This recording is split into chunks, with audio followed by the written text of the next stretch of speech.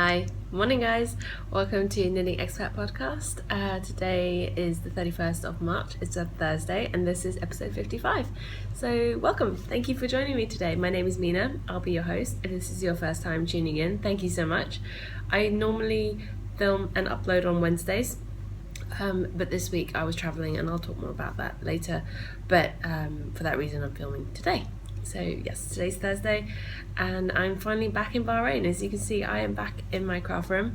Things are still a little bit all over the place at the moment. You can see the chair behind me. I've literally just piled on all the knitted projects that I brought back with me. I've got the AC on because it is quite warm, so I hope the noise isn't too distracting. My room's a bit of a mess. I'm still in the midst of unpacking and putting things away, but I really wanted to film today and I'm about to be joined by Hugo. I think he's heard me talking to myself, so he knows what that means. Come on then, buddy. Come on. I think everyone's missed you as well. Yo, hello. Hello. You say hi. No, and Hugo says hi. The boys miss me so much and I miss them so much as well. It was really nice to have them be all snuggly and cuddly yesterday when I got home. Yeah. Okay. It's just going to settle on my lap, I think. So yeah, you can find me on all sorts of different places. I'm on Instagram, Ravelry. We have the podcast group on Ravelry is the Knitting Expat Podcast. He's looking well. Yeah, and everything's linked down below on YouTube. And so yeah, I'm Mina Phillip on Instagram, Mina86 on Ravelry. And then anything else, the blog for the show notes and everything's linked below the video on YouTube. And wherever else you're watching this video, all the other stuff is linked there anyway. I really quickly wanted to say, the expat yarn swap has been going amazingly well. I am so astounded by the beautiful packages everyone's been sending each other. It's just been amazing, and I've loved seeing all these packages going out to everybody, and all the lovely photos that are coming in. And I'm so happy that I think for the most part, pretty much everyone has been happy with the packages they've been receiving. There've been a couple of little hiccups along the way. A few people's partners were being unresponsive or just not responding at all. So there was some reshuffling of partners going on. Thank you so much. Huge hugs. Virtual hugs. I can't really hug you, I wish I could, to everyone who volunteered to be a backup swap partner, and I think I ended up calling on about 8 of you to be second partners for people. Thank you so much. But I think, quite frankly, out of a swap that was almost 300 people involved, to have only 8 people, 8 to 10, I think a couple of people did more than one backup swap, 8 to 10 people needed for as backup is pretty incredible. I don't know what the average is for these sorts of things, but I honestly thought that I was going to have to deal with more than that, and it wasn't something I initially planned for. It was something that occurred to me after the fact. So I've definitely learned a lot from doing this. There's definitely things I will do differently. There were a few things that I hadn't anticipated. For example, one of my friends, Josie, who I talk about a lot, she was posting a package from Dubai to her swap partner, and she was having trouble sending any edible items, which wasn't something I even thought of as an issue, because I always send tea and sweets and stuff in my packages and I've never had any issues. But there again, I've never mailed anything from Dubai. Yes. Sorry. So yeah, it's things like that, and there've been a couple of other things as well, but for the most part, like I said, it's been going great. And if you haven't checked out the thread, then please do. There's lots of beautiful photos, lots of lovely enabling, lots of beautiful things to look at. And yeah, I know Melissa, the Spicy Homemaker podcast, has talked a bit a few episodes back about how to create the perfect swap package.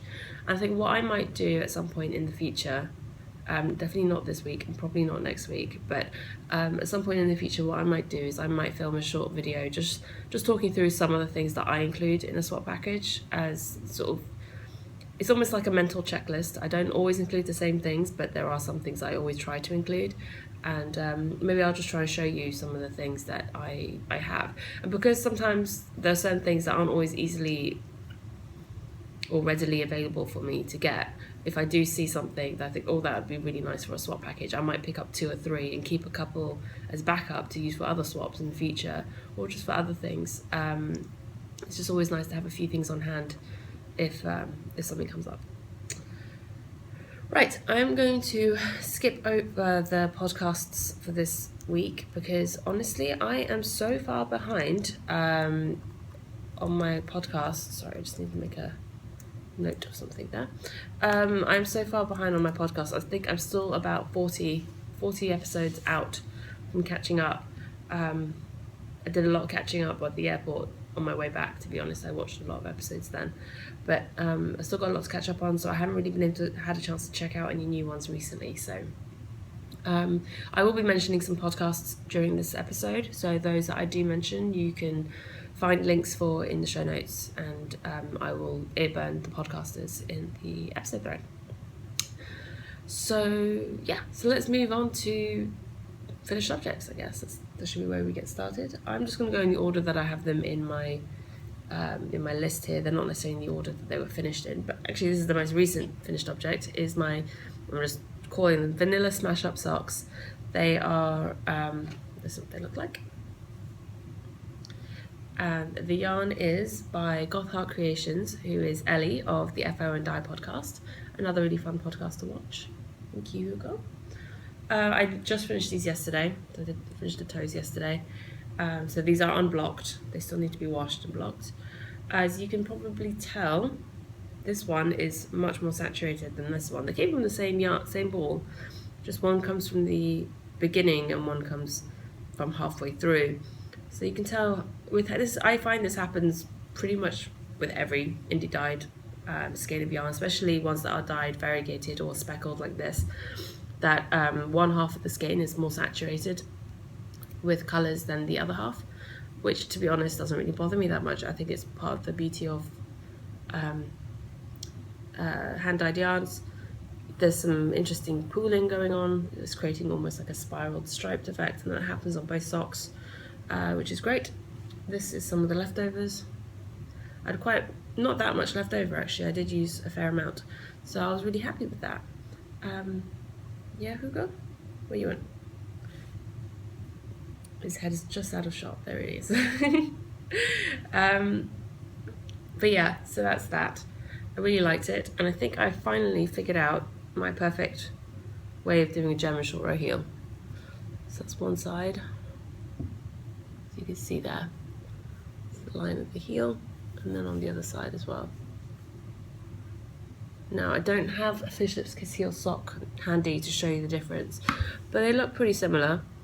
You don't get any real gaping hole at the end, but I do I do pick up a stitch, or a combination of stitches. It's actually a technique that was shown to me at the Curious Handmade Country House Retreat by Paula of the Knitting Pipeline.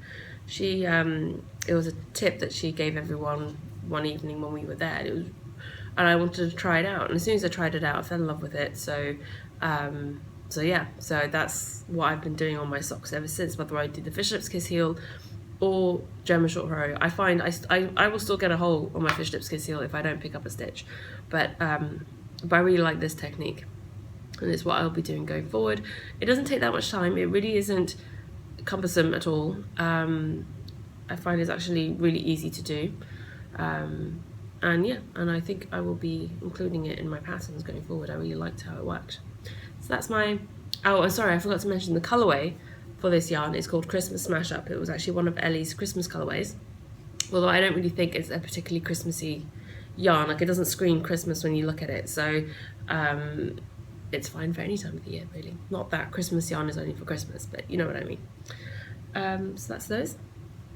And that was knit on, I'm really sorry, I feel like I'm really out of practice for some reason.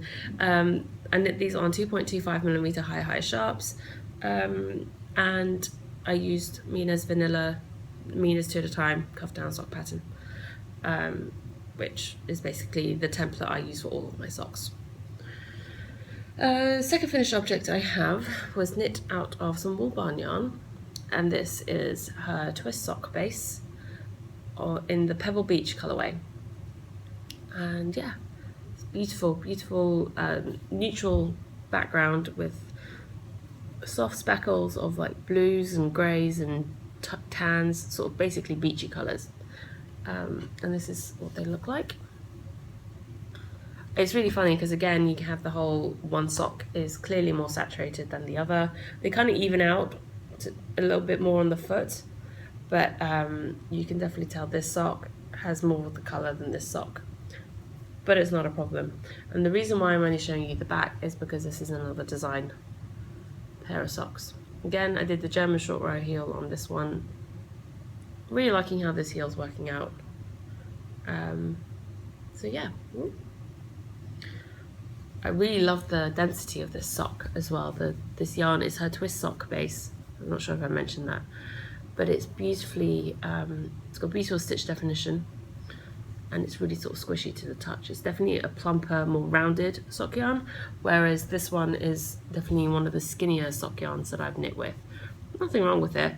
It is definitely just thinner than I would, than others. It's on the thinner end of sock yarns, whereas this is definitely on the plumper side. And I really love the fabric that you get out of these types of sock yarn. Okay, so those are my 2 finished socks. I have another project that I have to show you, and I've never shown this to you guys on the podcast at all, because it is a design project, and it's one that, because I'm doing it in collaboration with a company, I'm not really allowed to show it until it's officially released. But I can show you the yarn, and this is my first version, so this isn't going to be out of the yarn that the pattern is going to be written for. This was just a trial to see how the design works out. So, and there's definitely some tweaks to be made to it. So I'm really glad I've done that, and I'm now ready for the actual yarn when it finally gets to me. But the yarn I used was Peace Fleece in the Wild Mustard colourway. I'm not sure if I'm hoping that will come up. This is beautiful sort of yellow colour with specks of orange and green and other colours in there. It was a bit blown out. It's a bit more yellow than that. Yeah, I guess that's a bit better. Yeah, really nice sort of like goldeny mustardy yellow. And I'll just give you a little peek at the project there. I won't even tell you what it is, but you may be able to guess. But that's what that is. So that is finished. I need to block that and see how it blocks. I've heard that Peace Fleece really softens up once it's been washed, so I'm really interested to see how that works. And my last finished object that I have to show you is the yarn that I knit from the Wool Bearers gradient set that I got. This is all that I have left. There was about 130 grams in this bag, 5 skeins, 5 ounces, 1 ounce per colour. I've completely run out of 2 of the colours, and I have 3 colours, little scraps left, which will probably go into my blanket. I think there's less than 10 grams here, so about that. I ended up using about 123 grams for this shawl. So yeah, that's about 7 grams in that. And this is the shawl that I've designed in collaboration with Nicole of the Hugo podcast. So this is the finished shawl. Clearly it's not been blocked yet, but there are definitely a few modifications that I've had to make along the way, which is fine. That's kind of why you do a practice shawl, or why I knit up a version of my design before knitting the final version. Most of the time, I don't always do that, but sometimes I do. It's all curling up at the edge. I ended up going for a contrast colour for the bind off because I ran out of colour. I ran out of the yarn, but it's fine. I kind of feel like that will tie in quite nicely with the top section. I am a little bit, I can't say disappointed, because I guess this gradient set was actually put together with a specific pattern in mind. So the fact that I chose to use it for something else shouldn't really surprise me that the colours didn't quite work out the way I expected. But you can see the first 2 colours have quite a clear line between them, and then even with the third colour, although less noticeable, but then the last 3 colours kind of all blend together, like especially the third and fourth colour blend together really to the point that you really can't see where the line is. You can see it in person a little bit, but it's hard to see where the third and fourth colour are, and then the 5th colour is slightly darker as well, but that's all curled up at the bottom. You can't really see that yet. So it almost looks like a 4-colour gradient rather than a 5-colour gradient, but it's fine. I really don't mind. Like I said, this was a sample piece to figure out the kinks, and the yarn arrived for the official version, and it is amazing. I am totally blown away by that, and I will show you that in a little bit in acquisitions. It's the end of the month, so I have my March knitting stats to share with you all today. So the projects that I've knit this month, I knit 13 projects in the month of March. It was a good month knitting wise, because that's pretty much all I did. There was very little sewing this month, so that didn't really cut into my knitting time at all. I knit 1,302 grams of yarn. That is actual knit yardage, that's not counting the leftovers. And so knit grams, and the same with meters knit. I knit 4,863 meters this month, so that's almost 5 kilometers worth of knitting. Actually it probably is over 5, because that's not counting any blanket squares, and I have done a few, and I'm hoping to do a few more today, so probably will be over 5,000 meters by the end of the month. Skeins out, so this month I've decided going forward that I'm only going to count things that I've knit. So the number of skeins of yarn that I've used this month is 20. Bear in mind, I counted the gradient set as 5 skeins, because technically it was 5 20-gram skeins, or 5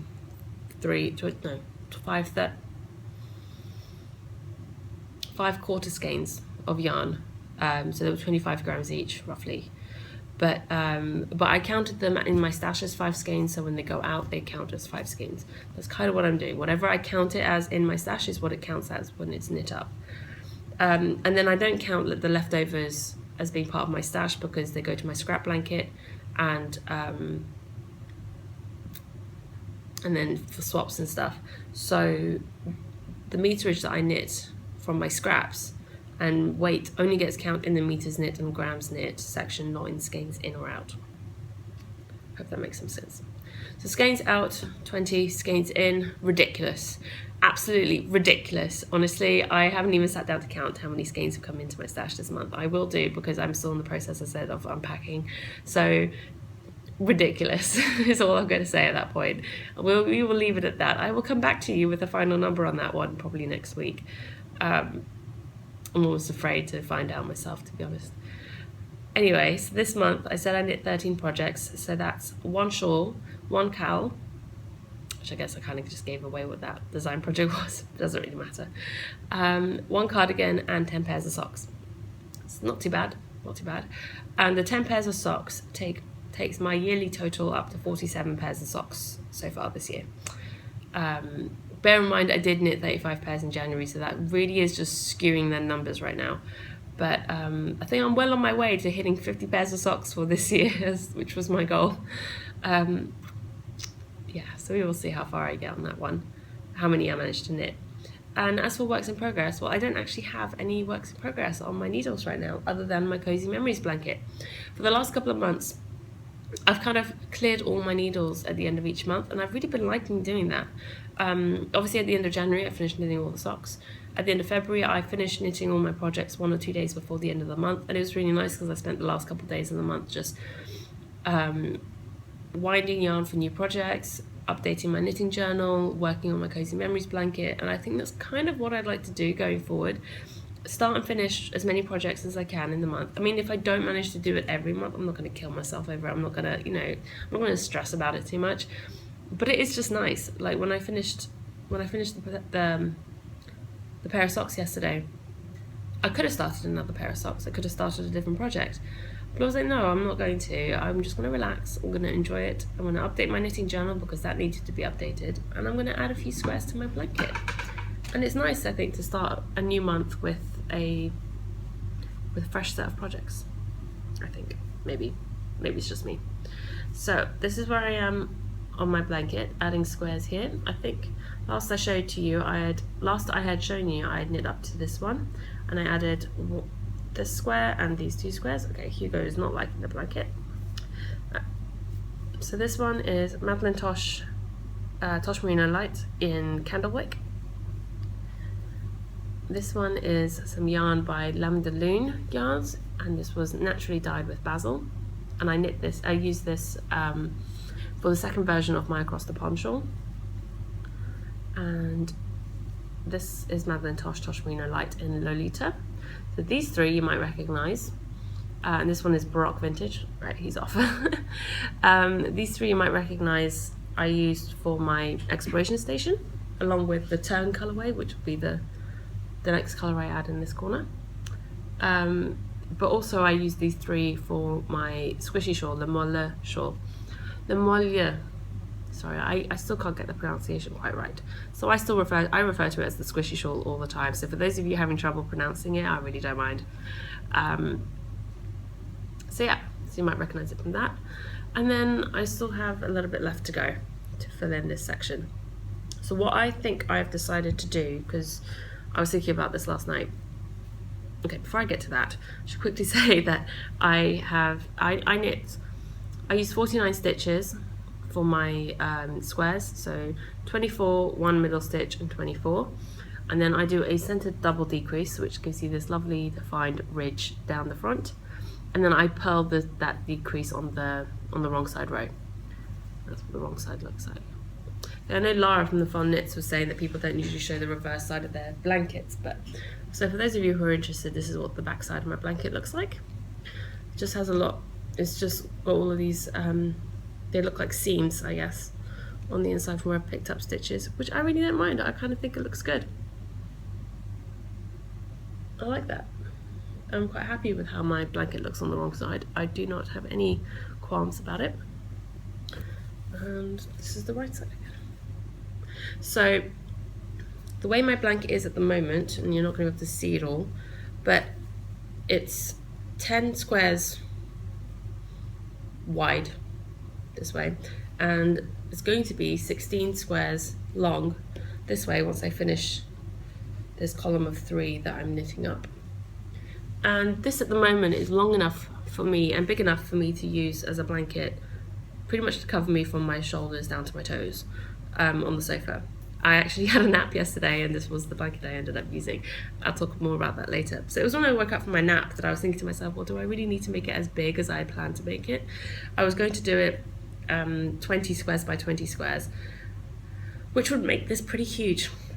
Almost big enough for our bed. But to be honest, I mean, considering where we live, do I really need a blanket big enough for the bed? This is going to be much more useful as a blanket to use on the couch, especially with the summer coming, which might sound very counterintuitive to all of you, but Perry loves to crank up the AC in the summer. Like, he gets hot a lot quicker than I do, and I'm usually cold, so I'm usually sat in a jumper or something on the sofa, cold.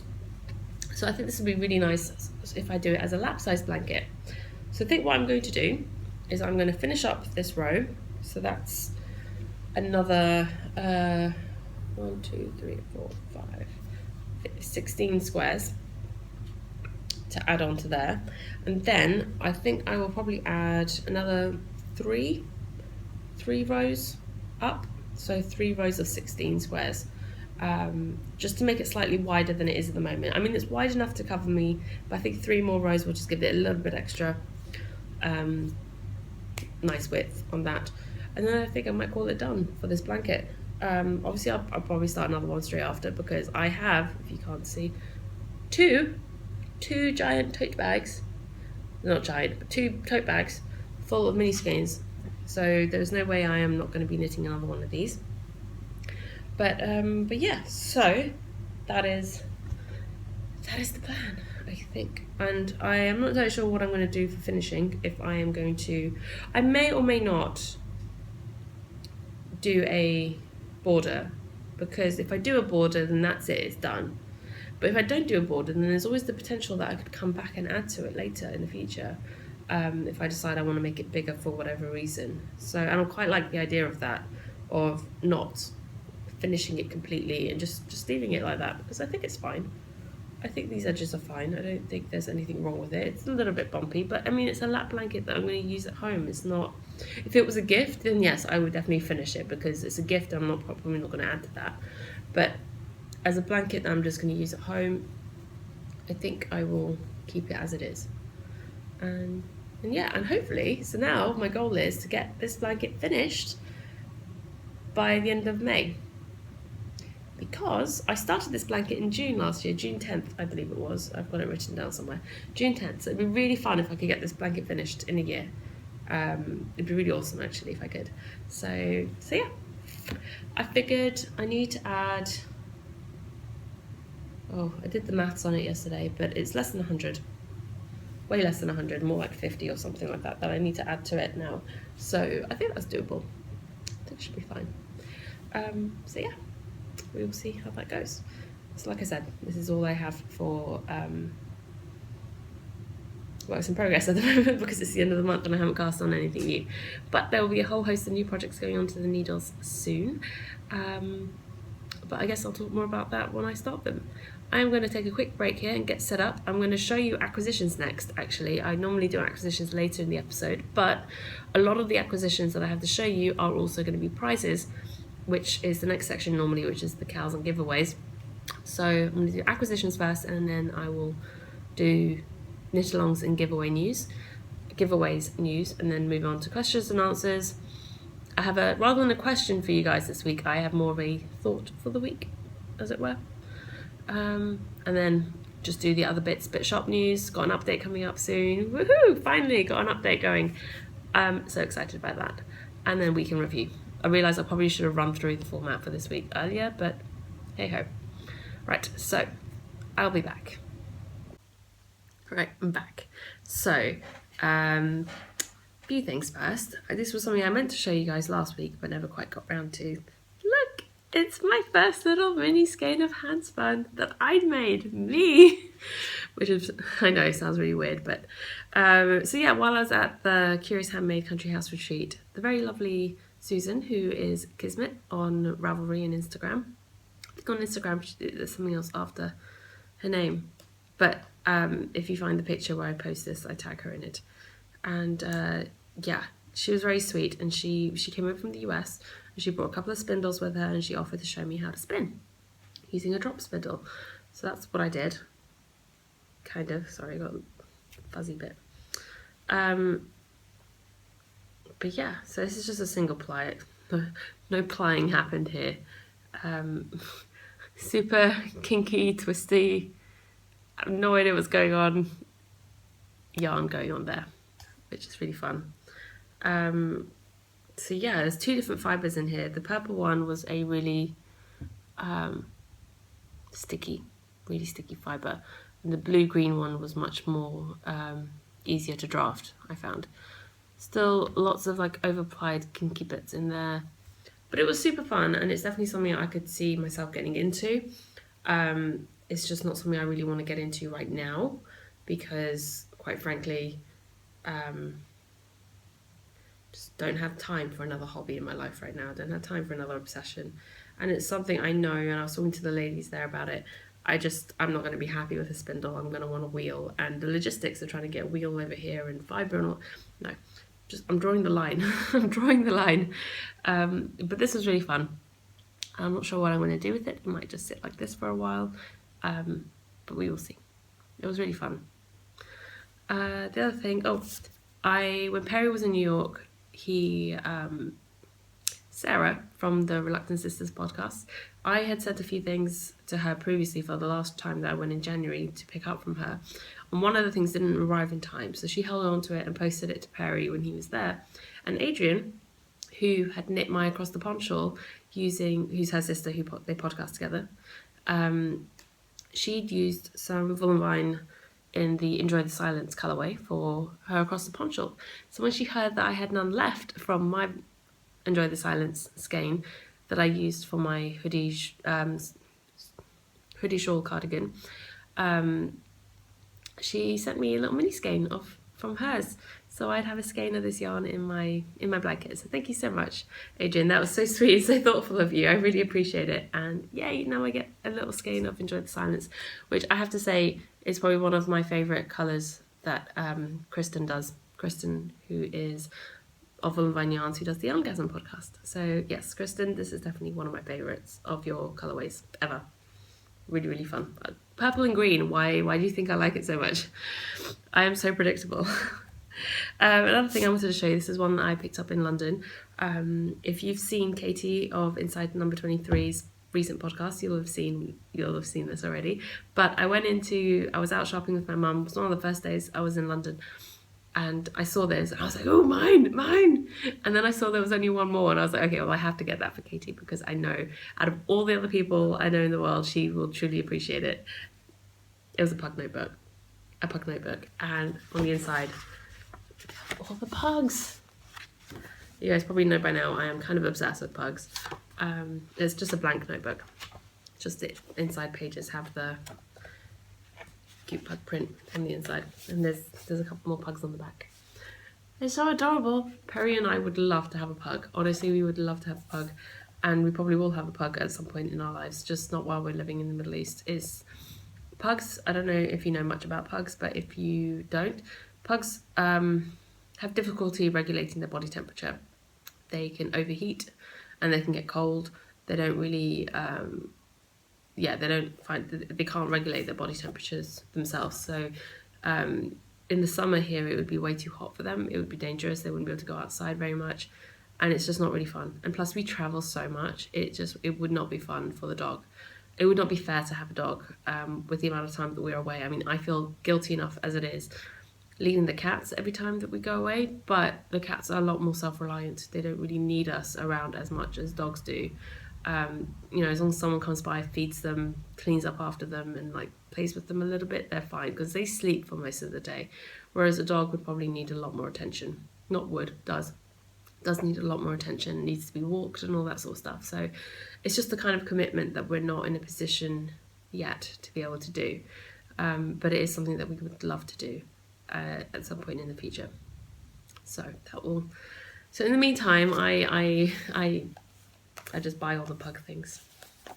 Anyway, there's another thing I got in the UK. A friend of mine, Laura, who all my friends have always been really fascinated by my knitting. They always find it really interesting, and they've all loved everything that I've ever made for them, which is amazing, and I love them for it. I feel really grateful. I'm really really happy that I have such knitworthy people in my life, that my friends all really appreciate the things that I've made for them, and my family are really appreciative, and my in-laws are all incredibly appreciative as well. So everyone I've ever made anything for has always been so lovely about it. So anyway, so Laura, I don't know where she was. I think she was visiting a town or a village somewhere in the UK for work, and she spotted this in a craft shop, and she was like, well, I have to get this for Mina, because I think she just thought it was quite quirky and a little bit fun. It's Knit Your Own Britain book. So you can knit your own British figures, I guess. So there's a variety. You've got Margaret Thatcher, you've got David Beckham and Victoria Beckham, you've got Henry VIII, Ant and Dec. If you're from the UK, you'll know who they are. If you're not, you may have not heard of them. There's an English bulldog, a jar of Marmite, which I'm obsessed with Marmite. I love Marmite. As a child, it was pretty much the only thing my mum could guarantee I would eat. Marmite's amazing. It's a lot like Vegemite in that it's a yeast extract product, full of vitamin B, really good for you. Love the stuff. And a mini car, which I think may be the first thing I knit out of this book. Will have to be this mini, because my husband Perry is obsessed with minis. He really wants to buy an old banged up mini and work on it as like a hobby. That would be his perfect thing. So yeah, and it's really, I'm pretty sure from looking at the instructions, everything is knit in pieces. Oh, there's also instructions to knit the Beatles, so you can knit your own Beatles group band. You can knit the Beatles. You can knit Boris Johnson. Again, those of you who are from the UK will know what I'm on about, and if you're not, you may have not heard of him. He was the mayor of London for a while, and he's a bit of a character. Yeah, so I'm quite. You can knit yourself a Cornish pasty. Everything's knit in pieces, so I imagine there's going to be a lot of seaming involved, which is not my favourite thing, but I will give it a go. I think it'll be quite fun. Yeah, it would be quite fun to do this. Oh, you can knit your own James Bond. Anyway, so I thought that was quite fun and a cute little present. Okay, so moving on to the other stash things. Where should I begin? Okay, I'm going to try and go in the order that things are laid out in front of me. Okay, so a couple of years ago, my sister-in-law got me some yarn for Christmas, and she got it from a farm called Halfpenny Alpacas, I think. I don't know if that's actually the name of the farm or if that's just the name of the yarn brand that they produce. And if you hadn't guessed, they're an alpaca farm, and they produce a range of yarns from their alpacas, varying from fingering to chunky weight, I believe, and they all come in the natural colours of the alpaca. So all their fingering weight or 4-ply alpaca yarn is made from their alpaca called Emily. So this is the information you get on the ball band. There is only weight. It's 100 grams, a 4-ply weight of yarn. There's no meterage. And there is an email address and phone number. They don't have a website. So I will put the email address in the show notes if anyone is interested. It is very reasonably priced. I believe it's £10.50 per skein. So for 100 grams, that's actually really good for alpaca. It's undyed, so this is the natural alpaca colour. And yeah, it's actually a 2-ply, I think. The yarn itself, the yarn itself is actually a 2-ply fingering weight, but 4-ply is the name used for fingering in the UK.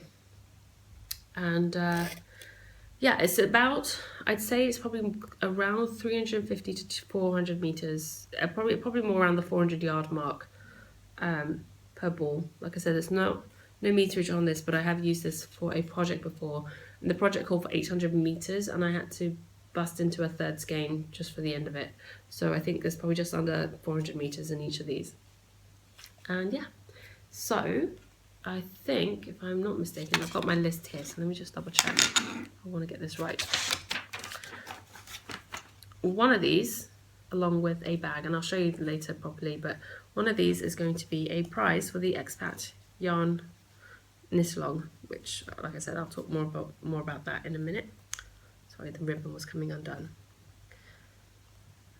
And the other one is either going to be just for me or for a future project. For a future project or for a future knit-along or swap package or something. And it's really quite soft. I mean, once it's knit up, it does have a bit of that alpaca prickle. Can you see Hugo there? Yeah. It does have a bit of that alpaca prickle, but it's not too bad. Okay. Then we have 2 skeins of this beautiful yellow yarn. They're different shades, if you can't tell. This one is slightly darker than this one. And this has a very special story behind it. I went to iKnit London, which is actually the only knitting shop, only yarn store that I visited whilst I was away this trip. It was such a busy trip, I did not even have time to go anywhere. And what is he doing? Can you see that? He's investigating the minis. Hugo, what are you doing? Anyway, okay. Anyway, he's being I'll sit like this so you can see him. So I went in one day just to have a look to see if they had a yellow yarn. I was looking for a yellow to match another skein that I'm using for a design project in the future. Not in the future, coming up soon. And I did have a yellow that matched, but it wasn't enough. I didn't have enough for what I had in mind. So I was looking for another yellow. And what is he doing? Sorry, he's investigating everything right now. So I went in and I asked Gerard, who is the owner of iKnit, and oh, he's on the bed now. He's making the rounds. If he had a yellow in stock that would match. And he had a couple of yellows, but they were all like really sunshiny colours. What are you doing, Hugo? I should title this the one where Hugo investigates the stash.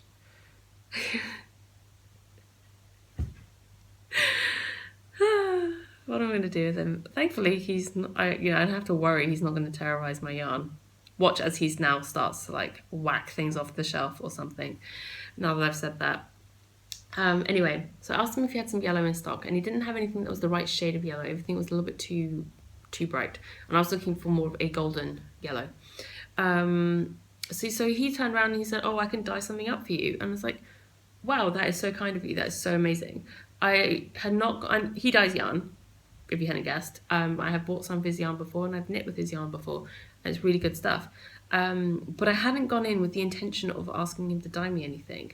I'd gone in with the idea of looking for something, and if he didn't have anything, I'd be like, okay, fine, I'll have to go to Loop or find something else. But he offered, and I was just like, oh wow, that is amazing. And he said, yeah, I can dye it up for you this afternoon, it'll be ready tomorrow. I was blown away. So this was Thursday last week, and I was like, amazing. So I gave him a little sample of the yarn that I wanted him to match, and he dyed up a couple of different shades. So I got one of each. As it happened, my mistake, when I went to pick up the yarn, I didn't take the yarn that I wanted to match with me, so I bought one of each shade to cover my bases. And I figured whichever one I don't use, I can use for a giveaway or a feature prize. And I think I do have one marked for a Podiversary giveaway. So I got these two, and I believe this is his so-called single ply 100% merino base, and he tells me this is the same yarn base that Madeline Tosh used for their Tosh Merino Light. So it's a really lovely base. It's 366 meters in 100 grams. He didn't have any tags left. He did give me a tag, but I seem to have lost it somewhere amongst all of my stuff. But yeah, it's a really lovely base, and I'm looking forward to knitting with it. Someone asked me once if I sniff my yarn. I don't usually, but this one does smell really nice. Anyway, okay, that's enough silliness now. One of the things that was waiting for me when I got back was a bunch of packages, but one of them was this. Yeah. So if you've been watching the podcast for a while, you'll know that I ordered this book at the end of last year. It took forever, it didn't arrive for ages, and I put in an email to them to say that it hadn't arrived, and they sent a second one. Then a couple of weeks after, the one book arrived, and I wasn't sure if that was the second one or the first one, and then now another one's arrived, so that must have been the first one. So yeah, I'm going to send them an email and see what they want me to do about it. See what I should do with the second book, and we will see.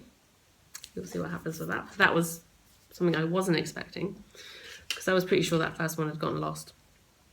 And this was something that arrived on the day that I was leaving, so I never actually had it was after I'd filmed the podcast, so I'd never had a chance to actually show it to you guys. This was a package that the very, very lovely Shannon of the Socksettra podcast had sent me, and I was totally blown away by this. I love it so much. This was the yarn she sent me. It's Marianne's socks from Smith & U, which I believe is a local yarn shop to her in Canada, near Vancouver. And oh, I love it. It's called Sweet Violets is the colourway. Oh, I love this. Anyway, really squishy, really lovely yarn. It's 80-20 merino nylon blend, 420 yards, 385 meters in 4 ounces.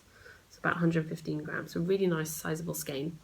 But this wasn't all Shannon sent me. And again, if you follow me on Instagram, you'll have already seen this.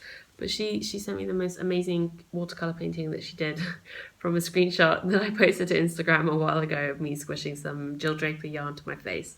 So I think she got the look pretty good. Love it. Thank you so much, Shannon. I really need to find a frame for that now and put it up somewhere. But I love this yarn. It is so lovely, and I can't wait to get knitting with it. And then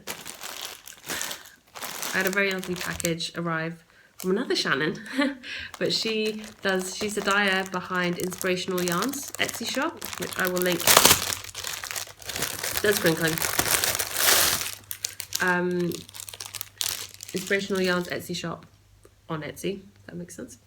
And yeah, so she wanted to send me a package as a thank you for hosting the Expat Yarn Swap, and she also sent a lovely prize package.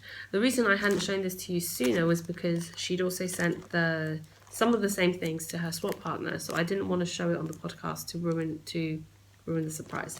But now I know that her swap partner has received it, so I can gladly and easily show this to you.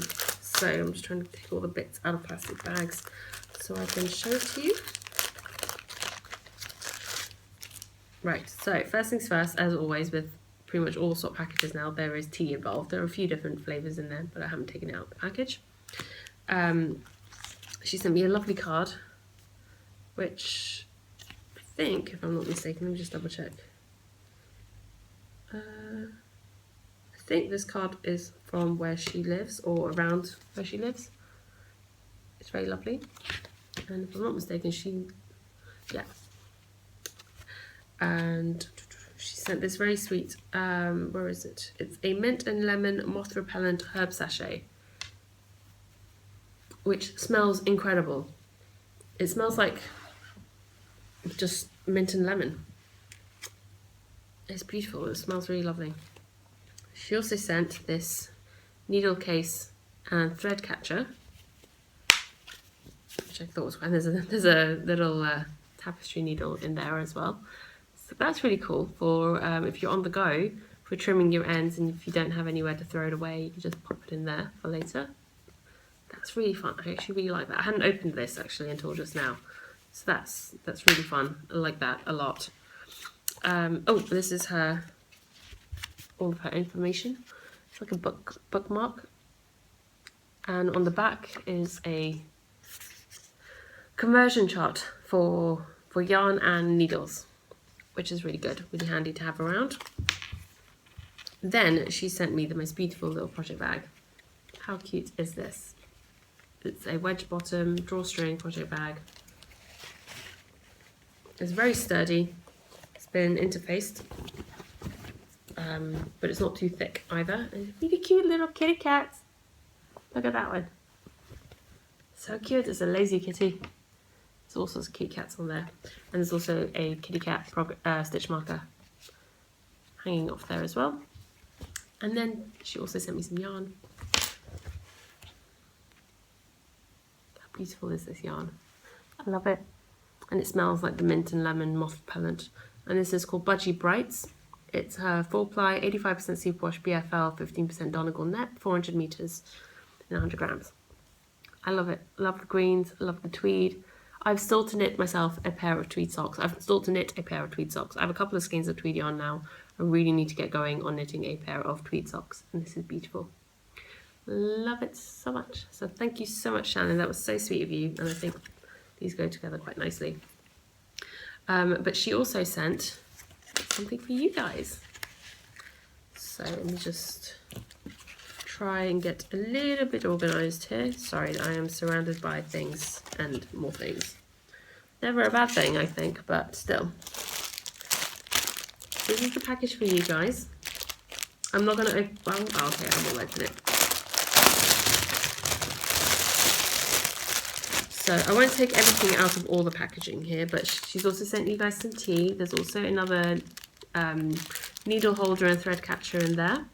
Then you guys also get a little kitty cat stitch marker, slightly different to the one on mine. And the bag, the project bag that you guys get, or that one of you will win, is a Japanese knot style bag, which is really fun as well. Really good for knitting on the go. And you guys also get a lemon and mint herb sachet, and this beautiful skein of yarn. So this is dyed in the Linda colorway, which was the name of her sock partner. Linda is actually someone I know personally.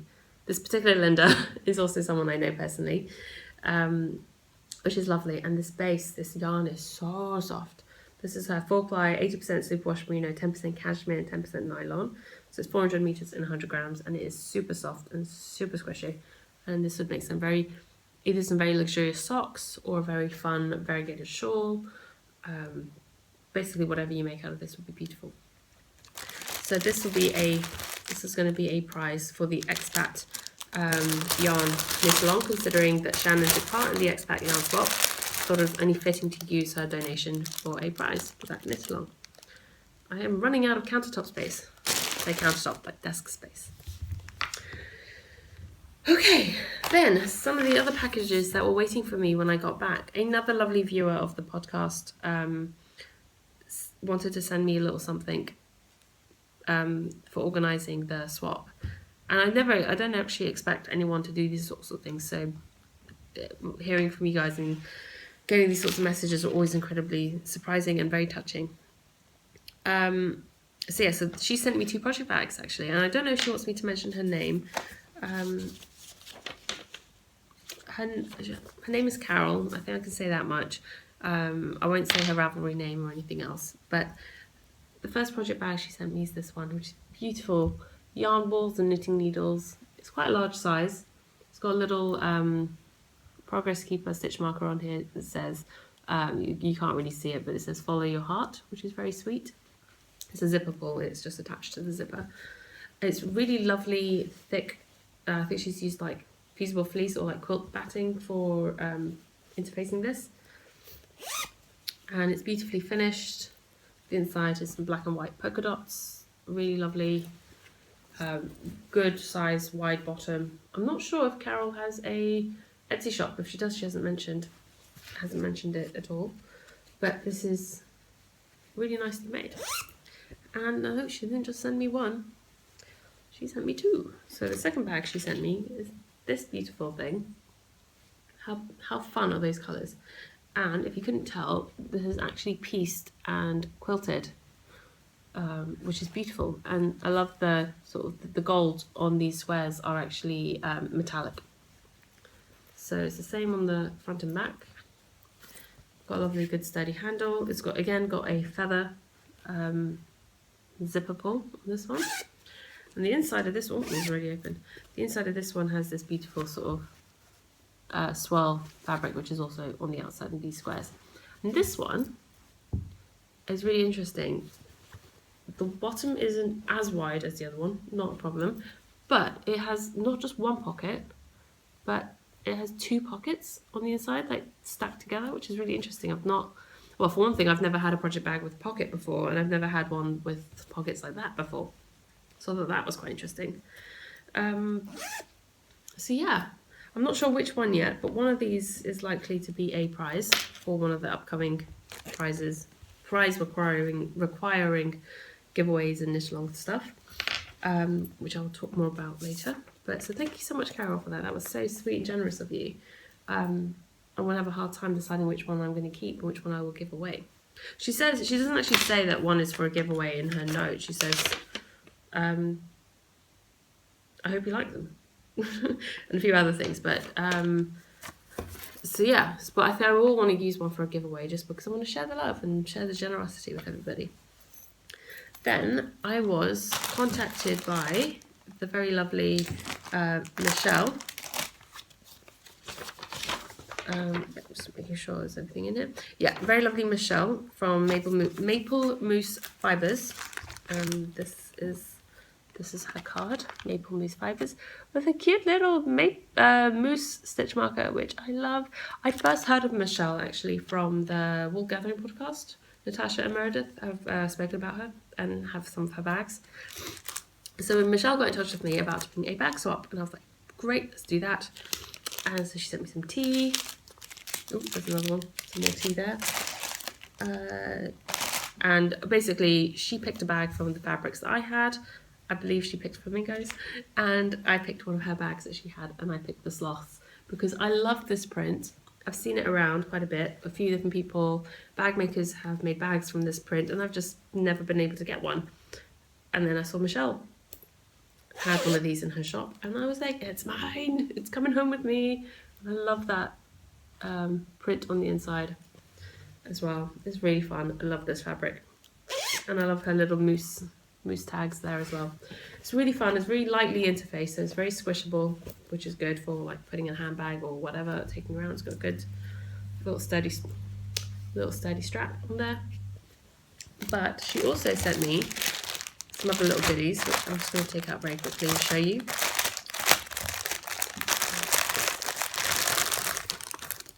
She sent me a set of Harry Potter stitch markers that she says who they're made by. She collaborates with this lady on kits. They're made by Owls on Dante, and apparently she's just starting an Etsy shop, so if that exists I will try and link that in the show notes. And she collaborates with Michelle quite a lot for creating kits. She creates the stitch markers for the kits. Let me just see if I can get these out to show you.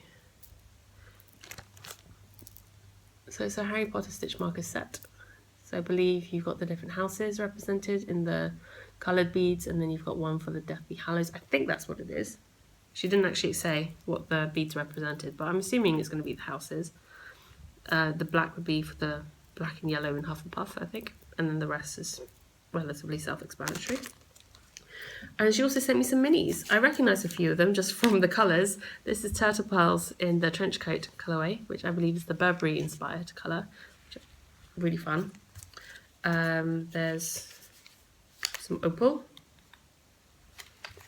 I really love how her mini skeins look. I could never get mine to look this neat. Oh, this is some of her hand-dyed sock yarn. That's awesome. That's really fun. I didn't know she dyed yarn. I don't know if you, Michelle, do you dye yarn and sell it, or is it just for yourself? Because this is really beautiful. There's some Mad Tosh in Peacock. How fun are these colours? I've not seen this colourway before. Some Sea Turtle yarn, which again, I love these colours. These colours are really beautiful. I hope they're coming up. It's suddenly got very dark in here, so I hope the light's okay. There's some Woolnice. That's very Christmassy sort of colours. And there is, I wasn't going to go through all of these, but I guess I have now. Oh, these are stuck together. Okay. She says she's not sure where these are from, but it is sock yarn. So that's fine. So these are really fun colours as well. So yeah, thank you so much, Michelle. That was so sweet of you. There's like 8 mini skeins in here. So that's really fun. Go to my future blankets. Yeah, and then I did a swap with Hannah from Circus Tonic Handmade. She's on Instagram and on Etsy. So is Michelle.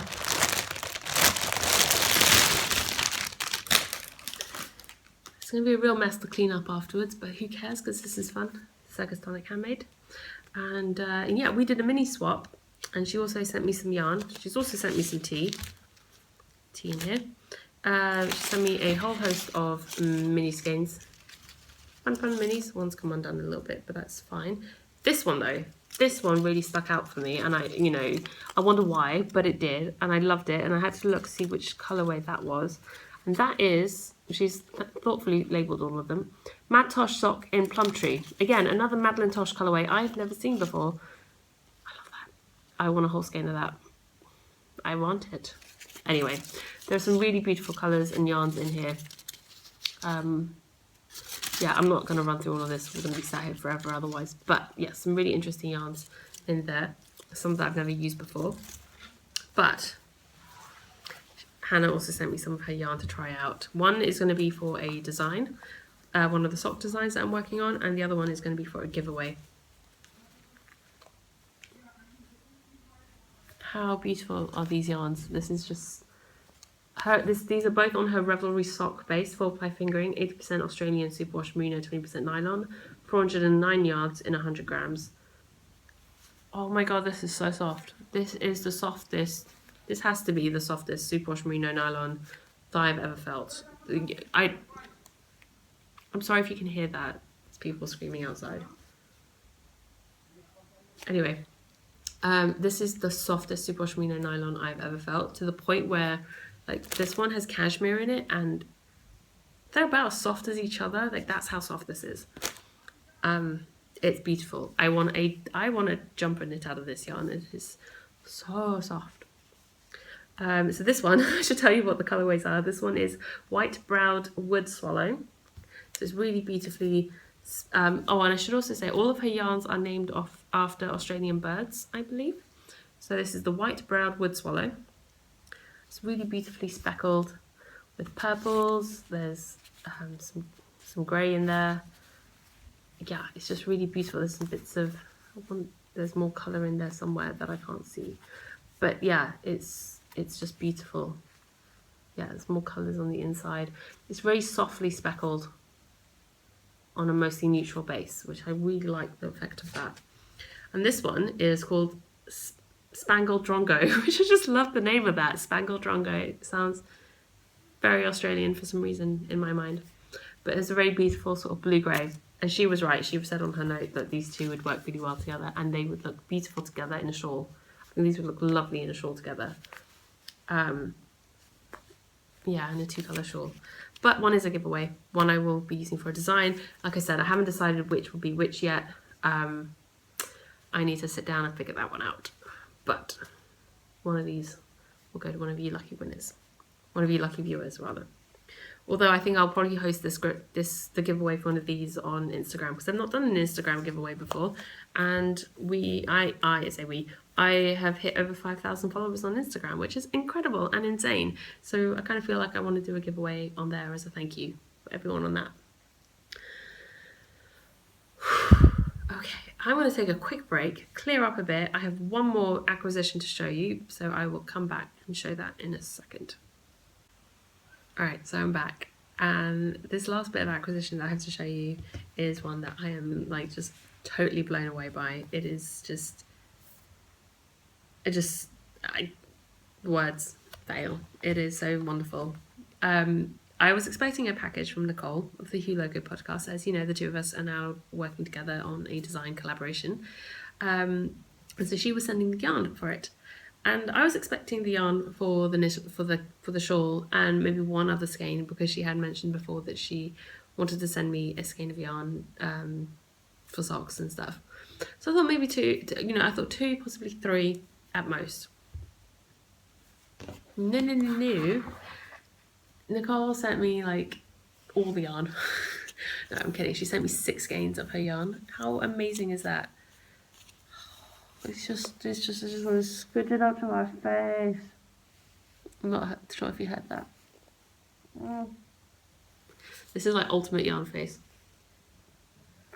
Hang on, let's do that. Show you the labels at the same time. Okay, there's too much logistics. Can't do that. Anyway, so 6 skeins of yarn. Ridiculous. Thank you so much, Nicole. I was totally floored by this when I opened it, and yeah, blown away. So the first 2 skeins I will show you. Now, bear in mind, when I was talking to Nicole, and she was sort of floating the idea for like colorways and stuff, and she asked if I had any like preferences, so I sent her some color options that I liked, not necessarily together, but just in general colors that I liked. And Nicole went away and did her thing. And to be honest, let's be perfectly honest, she came back to me and she said the colors that she'd gone for were like purple and turquoise and brown and like an olivey green. And off the top of my head, I was just like, how do those 4 colors go together? Like, I could not imagine in my head how that would look, or how that would look good necessarily. But to be quite honest, I trust Nicole. Nicole's color sense is incredible. I don't think there's anything that she's come out with that I've gone, oh, that's ugly. No, everything's beautiful. It might not necessarily be to my taste, but it's beautiful. Oh, Hugo's stirring. Sorry. So I was really confused, not confused, but unsure of how that was going to look. And I thought nothing of it. I was like, you know what? I'm going to trust her. I'm going to trust that she knows what she's doing, and she's not going to send me ugly yarn, because this is Nicole we're talking about, and her yarn is beautiful. Sure enough, as soon as I opened it, I was like, I love it. So that was what she sent me. And it is purples and browns and olive greens and turquoise. That is exactly how she described it. But to be quite honest, when you don't know what you're looking at, it is really hard to picture how those 4 colours go together, but they work so well. And it is not something I would have ever imagined to put together as a colourway. If I saw this in a shop, I probably would pick it up and buy it for myself. So Nicole did amazing in that regard. And this is the coordinating skeins, is the olive green, is the coordinating skein for the edge. And she hasn't actually named these yet, so these don't have names, but I love it so much. Thank you so much, Nicole. This is amazing. Totally blown away by that. Yeah, it just... Other yarns that she sent me purple tweed, because you guys know I love tweed and I love purple. So this is on her tweed sock base, 85 superwash merino, 15% nylon nep, and this one is in the colourway Jazz Hands, which I love. So beautiful. Oh, I should have said these are on her spun sock base, both of them. It's 80-10-10 superwash merino cashmere nylon. They are so soft. These are 400 yards per 100 grams. It's a 2-ply. This one is 438 yards per 100 grams, and this is also a 2-ply, but it's got a really lovely twist on that. She sent me a skein also on spun socks, is the MCN base 80-10-10, in Rainbow Bright, which probably a bit more pink than I would normally go for, but I love it because of Rainbow Bright. Rainbow Bright is my childhood. I grew up watching that TV show, that cartoon, a lot. My mum has the film of the cartoon recorded. One second. Sorry, I said I had to get up and go get something, because not only was I obsessed with Rainbow Bright as a child, I'm clearly still obsessed with Rainbow Bright as an adult, because I have the t-shirt, which I inadvertently bought in the wrong size.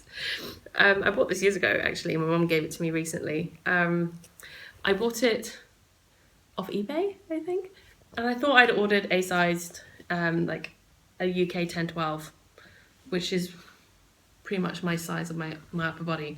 And then it showed up, and it turns out it's actually not a UK 10-12, it is a 10 to 12 for a child. So this doesn't quite fit. It's a little bit tight.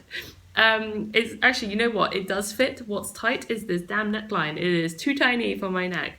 It is a child's neck size. So I'm probably going to turn this into a project bag. But I just thought it was really funny, because I don't think I've ever talked about Rainbow Bright on this podcast or at all. And so it was really funny that that's the yarn that she sent me. And so that is very special. So thank you so much, Nicole, for that one. And these last two that she sent me, actually, you know what, when I first pulled out the package, this was the first set of yarns that I pulled out, and I don't know why, even though I knew the colours she told me, my initial thought when I saw these two was like, oh, that'd be for the shawl, because these two work so well together. But no, these are not for the shawl, although they could be. Really bright colours.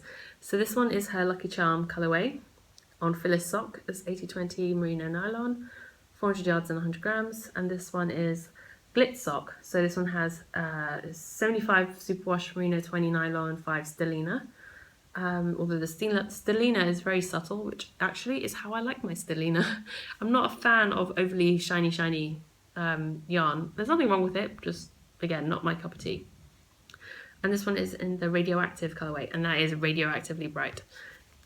But I think it picks up perfectly on those sort of like bright pops in neon in the Lucky Charms colourway. I think these two would be really fun together, but I'm not sure what any of this is going to be yet. I'm thinking one of these might be a giveaway at some point in the future. I'm just not sure at the moment. My mind cannot fathom all the yarn. No, but in seriousness, thank you so much, Nicole. That is incredible. I'm really looking forward to getting this wound up and cast on very shortly. And I think I'll probably use one of these for a sock design. One of the sock designs I'm working on, and haven't figured out exactly which one yet, but that will be coming as well. And I will figure out what to do with the rest of the yarn at some point as well. A lot of umming, I'm so sorry about that, but yes, really looking forward to working with those. And that is it for acquisitions. I am finally done. That took a while. It was a very big one this week, so thank you so much if you stuck with me through all of that. And I will now move on to Knitalongs and giveaways. Okay, so we have the sweater cal that is going on at the moment in the group, and mind blanking. I am hosting a year-long sweater knit-along in the Knitting Expat Podcast group that is running from the 1st of January until the end of the year. Anything that you cast on and knit and complete within the year of 2016 that is considered a sweater, a cardigan, a garment of any kind, a poncho counts as well, can be entered for prizes. Every 3 months, at the end of every 3 months, I'm going to draw a prize from the finished objects thread. So today, actually, I'm going to pause in a second and go draw a prize winner. I will draw a prize from the 1st of January till the 31st of March, which is today, will be the first set of prizes. Well, one prize. And then in 3 months' time, I'll do another one, and I'll do another one in another 3 months. And then at the end of the year, I'll do a grand prize or something. And I haven't figured out exactly how that's going to work out yet. But this first 3 months was co-hosted between myself and Nessa of the Kill the Craft podcast. So make sure... but hers ends today. So I guess this is a little bit late notice to tell you to go over and enter there. But if you happen to see this before the end of the 31st of March, go over and enter. I am going to do the prize draw now because today is the 31st. I will do future prize draws. And it's already getting into the afternoon. So I will pause in a second and do that. And I will, yeah, I'm just going to do that now. All right, I'm back. And I've just gone to random number generator and drawn a prize. We had 159 entries, so from 2 to 159, because the first post is mine. It's a little refresher what the prize is. We've got 5 skeins of Drops Alpaca in the colourway number 2923, which is Goldenrod online, and a very large sweater size project bag and matching notions pouch made by me. And the winner was number 94, so somewhere right round in the middle there. And I went online and had a look, and that was the very lovely Tilly Trout. So congratulations, Tilly. And she won. It was her 3rd sweater of the year that she's knit. And she knit a modified version of the Flax cardigan by Tin Can Knits, modified in that she added stripes, and she knit it out of a variety of different yarns by Blacker in their DK. So some Ryland and Ronaldsy, some Shetland. Beautiful, beautiful looking cardigan in like very natural shades. And yeah, she's got some pretty detailed notes on any modifications that she made, and some beautiful project photos as well. So congratulations, Tilly. I think I still have your address from when we did that swap last year, but please send me a message, let me know that you've seen this, and I will get this prize all bundled up and packaged and get it ready to send out to you. So congratulations again. Thank you so much for entering, and keep entering, you guys. I will do another drawing and I'll put together another package of bundled goodness as a prize for another prize drawing at the end of June, I believe, end of June. So yes, just put that out of the way so I keep reaching. Next week I will be drawing for prize winners for the Knitting Expat shawl Knitalong. Sorry, and the prizes for that, just as a little refresher, I have what I've termed my across the pond cow prize. So there's a skein of Wollonvine yarns on her Stella Banshee colourway on her Blitz base, so it's got some stellina in there. There's a jar of travel mints from London, which work really, the mints are great, and they work really well as a little stitch marker notions pouch box. There's an Around London sort of notions bag, large notions bag. Also work for like a mini skein project, like if you're doing a Bird of Happiness or something, would work, or Pixie Puffs and stuff. And a Knitty City 10-year anniversary tote bag. So that is one little prize bundle, and all the prizes I send out will have some tea and some like sweets and a few other little, possibly some other little goodies in there as well. If you let me know, if you ever win a prize from me, let me know if you are working on a mini skein project, like a Cozy Memories blanket or something, and if I have some mini skeins, I might pop a couple in there for you as well. So that'll be one prize. The second prize is going to be 3 skeins of Lopi Einband in these 3 colours, which would be beautiful for some sort of colourwork project. There are 50 grams each, and there's 250 metres in each skein. It's a little bit rough for wearing right up next to skin, but they do make beautiful shawls and stoles. When I was in Iceland, I saw so many hand knit lace stoles out of this, which are the long rectangular sort of shawl type thing, and out of this yarn, and it would be beautiful. This would also be great for some colour work. So this would be another prize. And the third prize,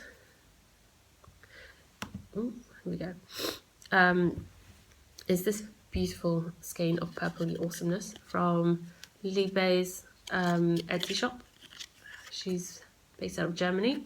This is 100 grams in the 100% superwash merino, 350 meters in the Wild Poison colorway.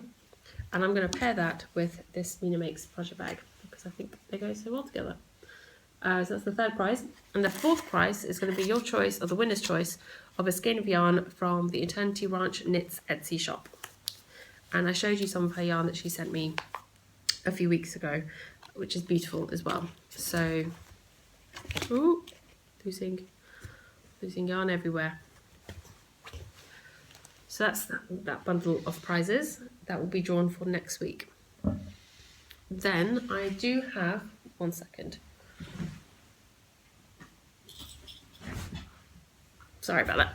I do have prizes put together for the Expat Yarn Knitalong, which, just rearranging stuff at the moment. Okay, so I've got notes here. So we have one prize donated by the lovely Sue of the Two Tangled Skeins podcast. She is donating one of her sock-sized Japanese knot bags and a set of stitch markers that she sells in her Etsy shop. So that will be winner's choice. We have this lovely bag and yarn set which I showed you from Shannon of Inspirational Yarns, which will be for that. I also purchased a skein of Divine Knits yarn from my lovely friend Josie in the dark sky colourway. So it's a dark base with shots of rainbow running through it. I'm going to pair that with one of my Bahrain hand woven fabric drawstring project bags. It's a really fun colourful interior. So that will be one prize package.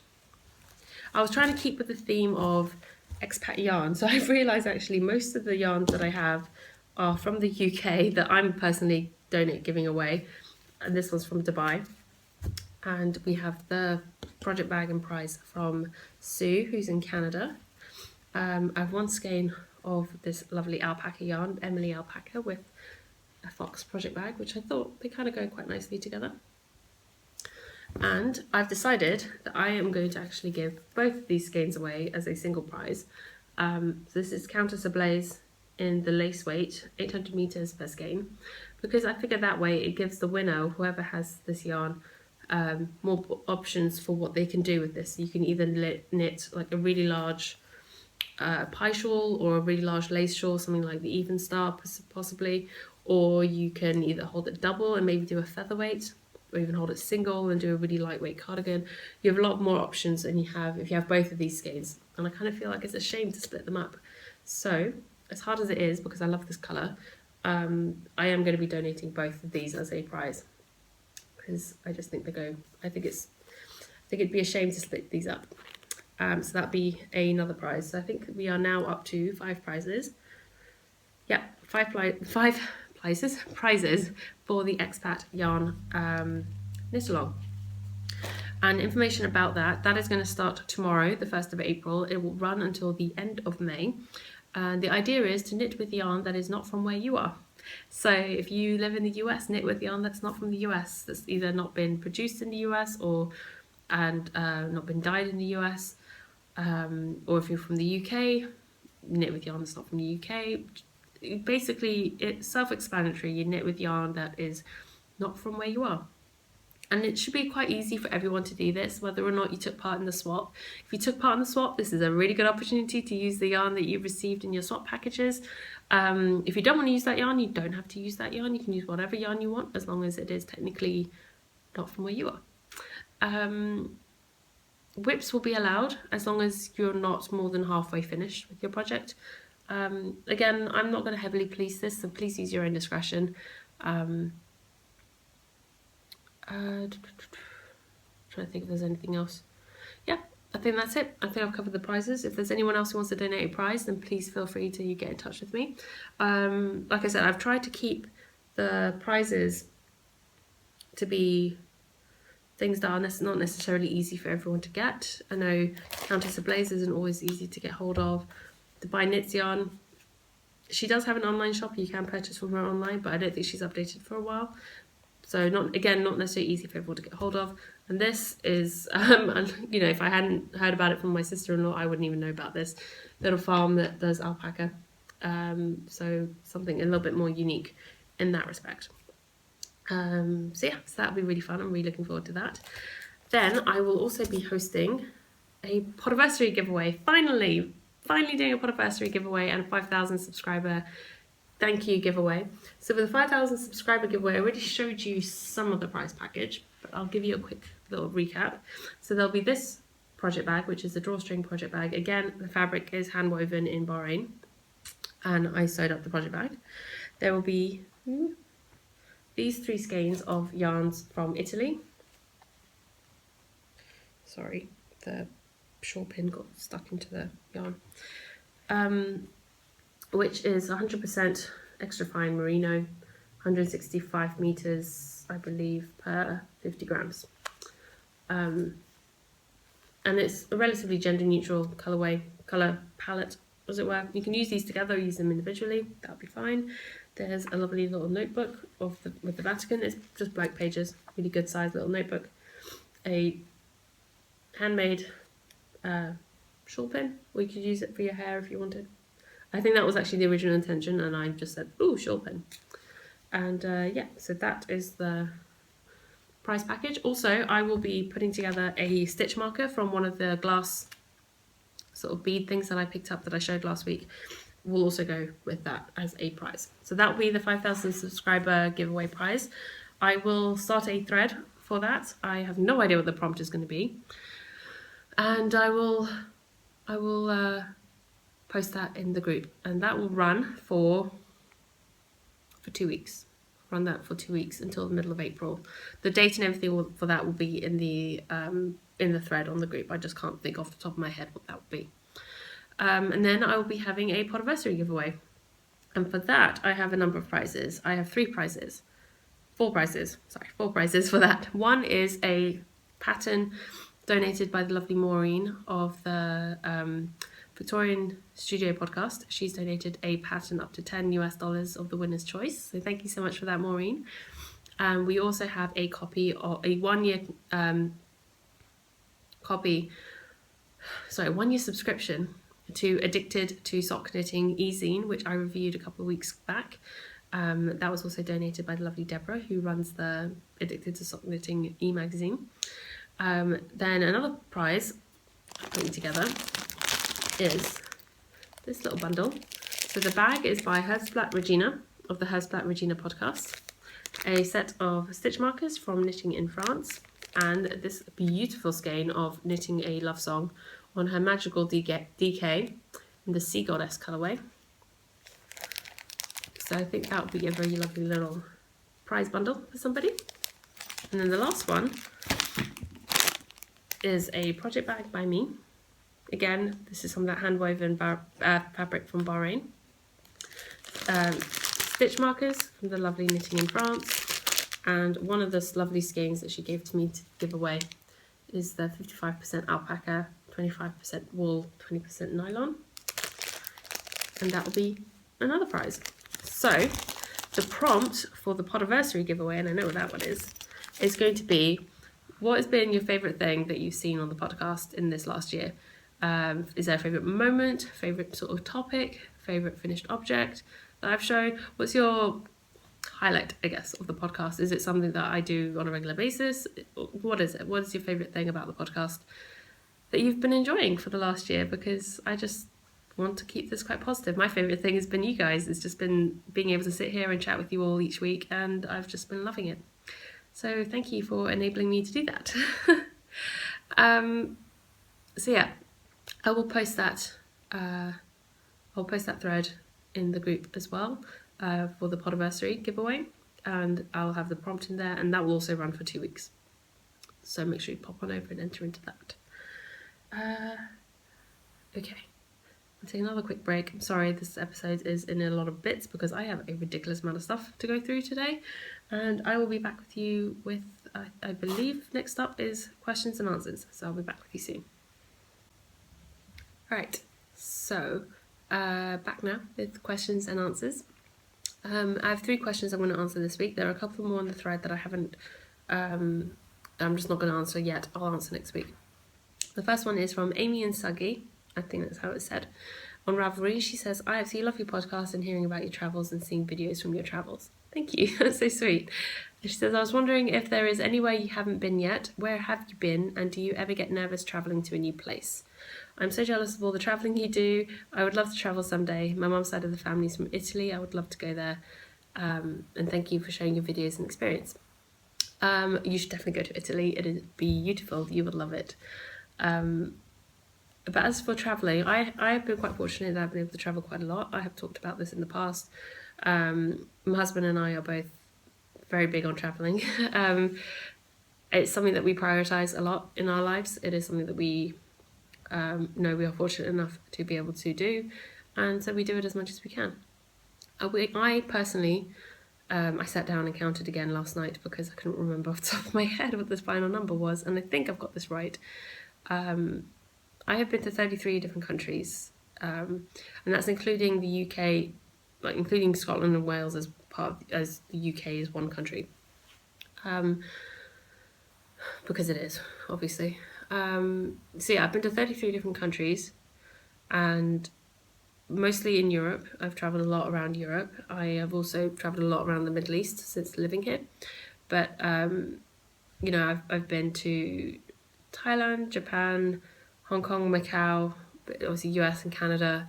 I've been to Algeria, I've been to South Africa, I've been to the Bahamas, Turkey, Iran, Bahrain, Saudi Arabia, the UAE, Qatar, Oman, and a whole host of like European countries. I'm not going to just sit here and list everything out, but I've enjoyed traveling, and I'd really love to travel some more. In my head, it's always been like I'd like to travel to at least one new place every year. So last year we did a lot of traveling, but we didn't actually go anywhere new. Everywhere we went, we'd already been to before, which was fine. It was something that we needed. Last year was quite a stressful year, but yeah, no, it's good. I love traveling to new places. I love the research. I love planning. Planning is my thing. I love planning. I love planning what to do, where to go, what to see. I love all of that almost as much as I actually enjoy going on the trip. The planning for the trip is the other part that I enjoy so much. But recently I've learned not to plan too much. I've done all the research and I've sort of come up with a list of things I want to do, and generally usually come up with a rough itinerary of things to do, but I do try and plan in a lot more free time and time where we don't have anything specific planned and just sort of see what we feel like doing. Because for me personally, I would quite happily fill up the whole time with lots of things to do. But I know for Perry that doesn't work very well. Like, he gets quite tired. He'll get tired after a while, and then he'll hit a wall, and then we'll tend to argue. So I've learnt to balance it out is to have a mixture of things to do and things and time where we don't have anything 100% planned. I don't really get worried, to be honest, because I do so much research into wherever I'm going. I'm usually aware of the things that I should be aware of and be wary about and all that sort of stuff. So I'm never really scared of traveling to new places. I'm more excited more than anything else. So where have I not been that my dream trip at the moment is South America. I have always wanted to go to South America. I've wanted to go to Brazil, Argentina, Chile, Peru, all the South American countries. I want to go everywhere. And the dream would be that Perry would quit his job or take a sabbatical or some time off, and we would take 2 months and go travel South America. That'd be my dream. Frankly, it's not likely to happen because, well, actually the time off thing is less of an issue. The boys are the issue now. I don't really think I could leave them for 2 months. I'm not sure what I would do. A pet sitter is great, but I'm not sure if that would work for 2 months. It's a long period of time to not have someone be living with them. And I don't know. I don't know if I'd want to take them to someone else's home for 2 months. I don't know what I would do or how we would handle that. Probably need to get someone to come and stay in our house. But anyway, that is, like I said, a dream thing. I think maybe if we lived in the UK and we had family nearby or friends that we trusted to look after them, it'd be okay. But it's different when you're when you don't have like family and stuff around that you trust to look after your pets and things for that sort of long period of time. So that is my dream, is to go to South America and travel around for 2 or 3 months and see everything. Mum of 6 who knits, who is Tonya, who I met in New York, and hi Tonya. She asks, I don't think I've ever heard you get this question, but do you speak any other languages? You travel a lot and I thought I would ask. Yes, I do speak other languages. Well, I speak 2 languages mainly. I speak English, obviously, and Farsi, which is the language spoken in Iran. I grew up speaking Farsi at home. Both my parents speak Farsi at home all the time. Actually, I didn't know any English when I started school. Bear in mind, I was born in London and grew up in London my whole life, because my parents only ever spoke to me in Farsi at home. And the majority of their friends at the time were also Iranian, so all I ever heard was Farsi growing up. I mean, at least until I started nursery, so till about the age of like 2, 3. So my mum said when I first went to school, first went to nursery, she had like a sheet of paper with like translations of like the key words that I would say, so the nursery teachers would know what I wanted. If I wanted water or to go to the toilet or something. But I very quickly picked up English. My mum's logic was, well, she's going to learn English when she goes to school, she may as well learn Farsi at home. And it worked. My Farsi is pretty fluent. It gets a bit rusty every now and again, but whenever I go back home or if I go to Iran, like it comes back to me pretty quickly. So that's pretty good. I can read and write Farsi as well, but it's very basic. I used to go to Saturday school for Farsi classes when I was a child, but I stopped going when I was about 10, I think.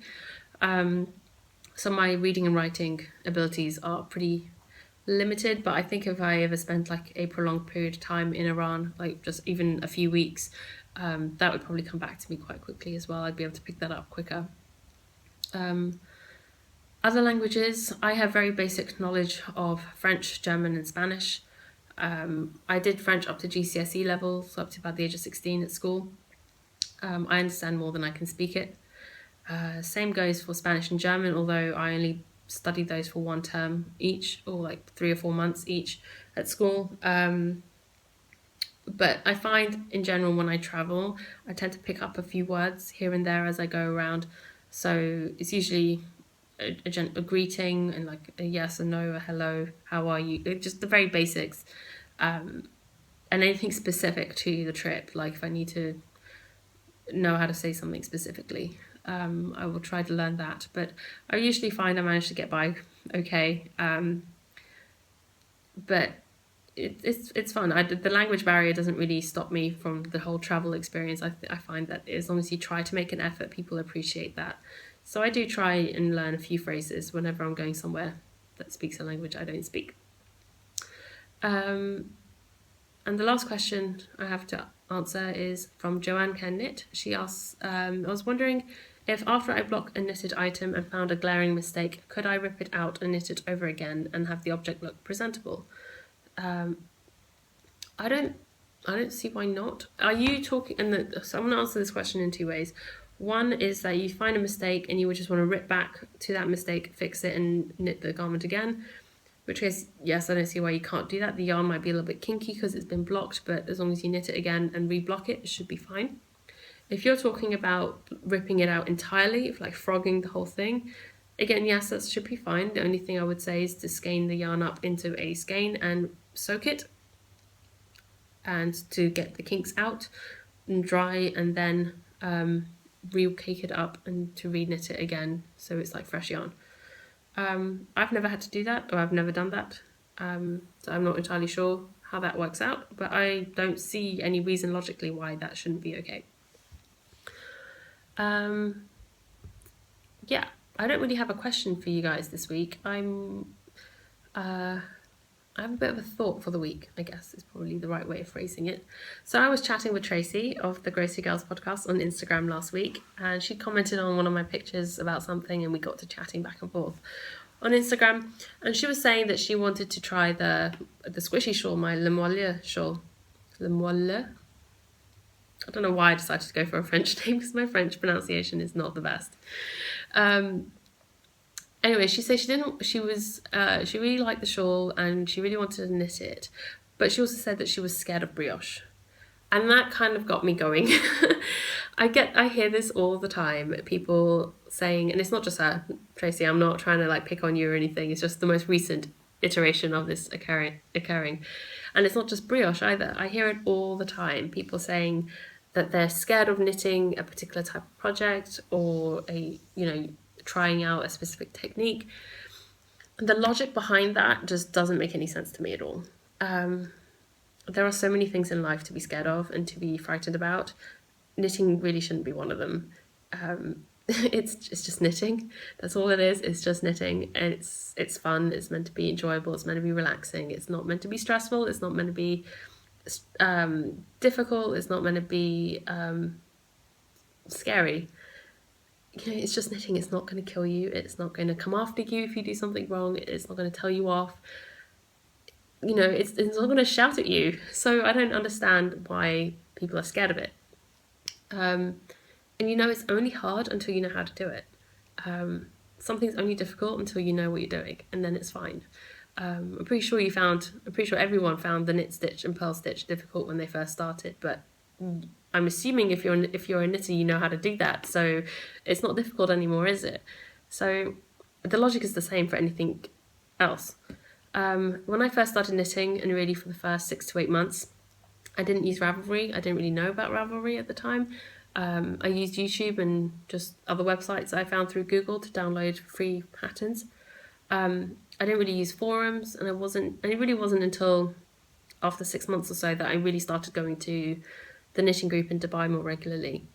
So I never really heard the whole I'm scared of XYZ related to knitting. And I never really heard that in the early stages when I started to learn to knit. So I was always of the mind that, well, if someone else has done it successfully, then why can't I do it? Or, there's no reason why I couldn't do it either. So if it was something I was interested in, then I would do it. The third project I ever knit was a lace scarf. The first, it didn't scare me off. There were tons of mistakes in there, but I did it, and it's fine, and it's perfectly wearable. And some techniques might take longer than others to grasp, but you'll get there in the end, and there's no reason why you couldn't. Anyway, I'm not saying you have to learn and know how to do all different techniques and stitches and stuff. For example, if you don't like the texture of brioche, I know there's someone in my knitting group in Dubai who says she doesn't like the texture of brioche. That's fine. Don't learn how to do brioche if it's not something that interests you, but don't put off learning how to do it because you're scared, because that's the most ridiculous reason not to do something. I don't know. It just gets my back up a little bit. It gets me a little bit riled up when people say they're scared of knitting or scared of doing something, because I'm like, why? Why are you scared? You learn how to do it, and if you find it difficult, or if you find it's not enjoyable, or that you don't like to do it, then don't do it. There's no big deal. And if you want to learn how to do it, then you learn how to do it and you get on with it. There's always, inevitably, there is a book or an online class or a YouTube video or something that can help you learn a new technique. Being scared really isn't a good reason not to do it. That's just my opinion. As Nathan of the Sock Knitting Podcast always says, it happens one stitch at a time, and that is all it is. That is all knitting is, one stitch after another stitch after another stitch. It's really not that scary. And if something seems quite daunting and a large task, then break it down into smaller steps and it becomes so much more manageable. It is how I managed to get through exams, through revising, through coursework, through basically everything I've done. Is I like lists, break it down into smaller steps, and it seems so much less scary. So that's my thought for the week. It's just knitting. If you want to learn how to do something, learn how to do it. Being scared isn't a good reason not to do it. If you don't want to do it, that's a different reason. If it's something that's not interesting to you, that's valid. Being scared is not a valid reason, in my opinion. That's my thought on it. I'd like to hear your thoughts on that topic. What do you think about it when people say that they're scared of something? Or even if you are one of those people who says you're scared of learning a new technique or something, why? Why are you scared? I'd be interested in... I have not yet heard of a good reason for why someone should be scared of a knitting technique or a knitting thing. But I'd be interested to hear what your thoughts are on that. Why are you scared of something to do with knitting? So I guess that is my question for you guys this week. Rant over. I'm sorry if that was a little bit ranty, but there we go. Some other things. We have a couple of coupon codes. There's one coupon code for the Tangled Skeins CA Etsy shop with by Sue of the Two Tangled Skeins podcast. That code expires today, so if you do see this in time, please run on over and get something. The code is expat15, all in capital letters. So expat15. And that expires today, like I said, and that should give you 15% off of your order in her Etsy shop. And we also have a coupon code for omgyarnandfiber.etsy.com, and that is G's shop. And she's based out of Portugal, and she does some beautiful yarns, and I guess she also does project bags, but I think it's a different Etsy shop. And the code is Knitting Expat, all in capital letters, and that gives you 15% off until the 10th of April. So make sure you go and check her out too. shop update. I will have a shop update finally this week. I'll have it on. It'll be on Sunday evening at 9 p.m. Bahrain time. I've just realised I have to go pick up Perry at the airport on Sunday, so 9 p.m. Should still be okay. I should be home by then. Yes, 9 p.m. Bahrain time. I think I can still do it remotely even if I'm out the house. 9 p.m. Bahrain time. That is 7 p.m. London, 9 a.m. in West Coast at US, 2 a.m. in Perth, and 2 p.m. East Coast US. I'm sorry, that was a bit jumbled. This was the way I wrote it down. I hope that gives you a clear idea. I will put an update on the notice section on the Etsy shop, and it will be in the show notes as well. I'm going to very quickly run through the bags because I have a pile of them, so there should be a decent size update this week. I have 3 project bags, drawstring project bags from the hand woven fabrics. There's one in the green with this fun print on the inside, and 2 in the purple stripes, and these have a grey lining. I have a couple of notions pouches. The sizes in here are not, and the stack are not in any particular order, so I will just go through them very quickly. There is a coffee cup. This is micro size. I have several bags in my sock, sort of medium wide wedge size. These are in my medium size project bags. So I'm showing you the backs, this is the front. Foxes. It's the last run of this print. I don't have any more of this print anymore. Some more coffee cups, some roses, and this is a large wide wedge bag. Flamingos. Ooh, some more micro wedge bags. More coffee cups, fox, birds in cages. I have some more notions pouches. Again, a couple of coffee cup ones, a cat one, and then another cat one. Then a couple of the handmade hand-woven fabrics. Some medium wide wedge bags. Some more large wide wedge bags. Owls. Flamingos again. This is a medium owls bag. Medium flamingos. Sleepy cats. Just remind me of Derek. Exploding TARDIS. Roses. The checked cats. Big roses again, and teacups. And then there's a large project bag in the cat faces print. I think that covers everything that I have. So yes, I still need to photograph these and get them up in the shop. So that's why the update will be on Sunday this week rather than Saturday or Friday, which I normally do. I just need some time. So yeah, that is the planned update for this week. So there probably won't be another update until later in the month when I get some more bags sewn up. But I hope this is going to be quite a sizable update, and that most of you who want bags, who missed out on the last update, will be able to get some this time round. I hope. I'll be posting on Instagram as well, some more information about that. Right, I'm going to take another quick break and grab a drink, and I'll be back with Week in Review. Okay, I've got to do this really quickly because I've got someone coming back by at 1 o'clock and it is now just gone 1:45. So I've got to do this quite quick now. So my Week in Review. So after last week's episode, I realised I was doing a trial pack of my suitcase and I realised I have too much stuff. I have way too much stuff. And there was a few things that I bought on the trip for swap packages to send to people, and I realised I pretty much had everything I was going to send in a swap anyway with me.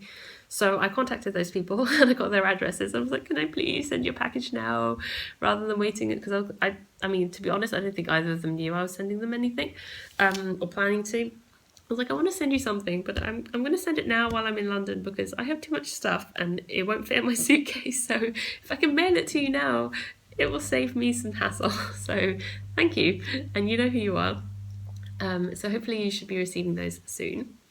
Then the other thing that happened was my brother has decided that he would like a hoodie shawl cardigan for himself. I think he wants it only in 2 colours, in like a charcoal and a burgundy sort of colour. I'm not sure if I mentioned this last week or not. I thought I might have. Can't remember. if I mentioned it last week. But anyway, I think my plan is going to be to knit that over the summer when I'm back in London. Probably go yarn shopping with him one day, pick out the colours he wants, and knit it while I'm there so he can try it on as I go. So I already talked about popping into iKnit to get the yarn, the yellow,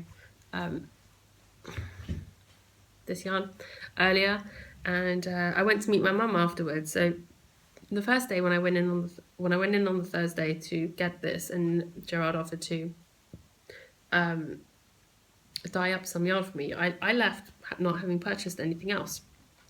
I went to meet my mum for lunch, and she saw me and she was like, "So, did you buy anything? What did you get?" And I was like, "Oh, I didn't buy anything." And her reaction was like, "Oh, well done!" Like, I think, if I'm not mistaken, she may have actually clapped at that point, and she was so amazed that I walked out of a yarn shop without having purchased anything. It seems I have developed a reputation even with my family. So yeah, I managed to walk out without buying anything after going into a yarn shop, which doesn't happen very often. Yes, so I had lunch with my mum, and then I went to meet up with some friends for dinner in the evening, which is really lovely to see them again. And this trip has just been so busy, I didn't get to spend as much time with my with my friends in London as I had intended. And then Perry arrived on Friday morning, which is lovely.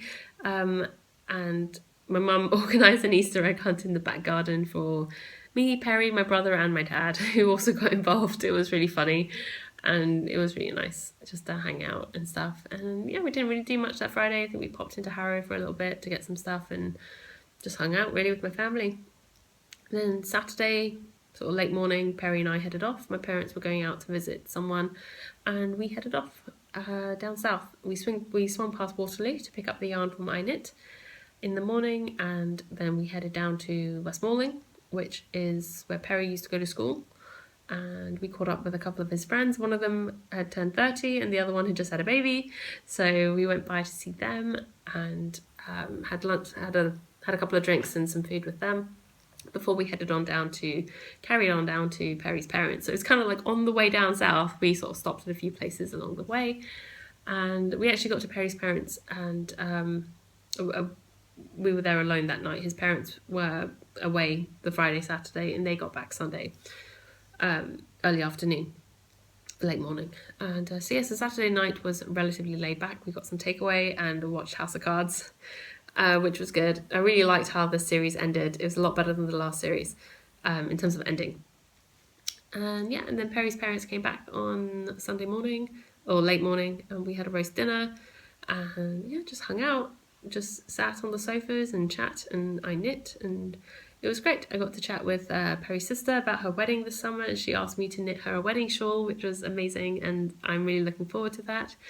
So I've got some planning to do for that one. I think I'm going to be designing a project for that one, so that should be good fun.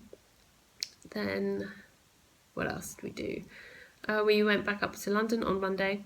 I dropped Perry off at his where he's going to be staying, and I went back to my parents' house because his classes started on Tuesday. So I went back to my parents, I packed my suitcase, just about managed to get everything to fit, which was good. And it turns out, once I got to the airport, I was 1.4 kilos under the weight limit, so I did good. Then what else?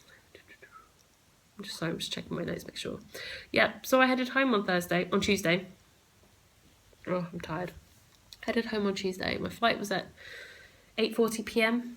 So it was an overnight flight. I didn't get to sleep on that plane, even though I had all the legroom in the world. I ended up being given a seat that was a window seat, but also an exit row seat. It was just a weird setup. So I was actually one row behind what would technically be the exit row, but instead of a third seat by the door, there wasn't a seat there. So my seat ended up being like an exit row seat with all the legroom. And there's pictures of it on Instagram if you're interested in seeing what I'm talking about. There may have not been the best description of it, but yeah, it wasn't bad at all. It was quite a good flight in that respect. I didn't sleep. I really struggle to sleep sat upright. I tend to sleep naturally, sleeping on my front. Occasionally I can sleep on my side. That usually happens if I'm sleeping on the sofa or taking a nap. But I can't sleep sat upright. It's really difficult for me. I keep wanting to lean on something or lean forward. So I wasn't able to sleep. My flight actually I had a layover in Dubai for a couple of hours before my flight back to Bahrain. So by that point I was really tired, and our flight from Dubai to Bahrain was delayed by an hour because the plane arrived late. So we were waiting at the gates for an hour to board the plane, and actually that was the only time I managed to sleep because I was leaning on my hand luggage bag and my rucksack, leaning forward, and so I managed to nap a little bit that way. Got home, cuddled with the kittens, and opened up my packages and stuff and started putting things away. And then I was planning on taking a nap in the morning, and I probably should have taken a nap in the morning and I would have been fine, but I ended up powering through, thinking I could power through the whole day. Big mistake. I got to about 4:30 and I crashed. I crashed on the sofa. I'd actually pulled out my Cozy Memories blanket, went to sit on the sofa to watch something on TV and knit a couple of squares. As soon as I pulled out my Cozy Memories blanket, I was like, no, I need to nap. And so I just, instead of knitting on it, I pulled it over me and I fell asleep. So I fell asleep at about 4:30. I'd even set alarms and everything to wake me up after a couple of hours so I wouldn't oversleep. I ended up waking up at 10 p.m. So at that point I was like, okay, now I'm screwed. So I had some dinner and knit a couple of squares, and I ended up staying up until 3 a.m. I was totally wide-eyed and awake. It was terrible. I think I eventually got to sleep at about 10 to 4 in the morning. Not good. I managed to drag myself out of bed today at about 9:30, so I'm hoping that I'll be able to resync my body clock a little bit better. This is why I don't nap. I am a nap failure. I do not nap well. I can never nap for just 20 minutes. I sleep for hours. Okay, I think I'm going to leave it there for this week. I don't think I have anything else to add. Like I said, I'm expecting someone round in about 5 minutes, and I need to tidy up because the place looks like a bomb site. I have laundry in the machine that needs to be sorted, and this room is a mess. So thank you so much for tuning in this week, and I hope to get this edited and uploaded today. So thank you again, and I will chat to you guys next week. Happy knitting. Bye.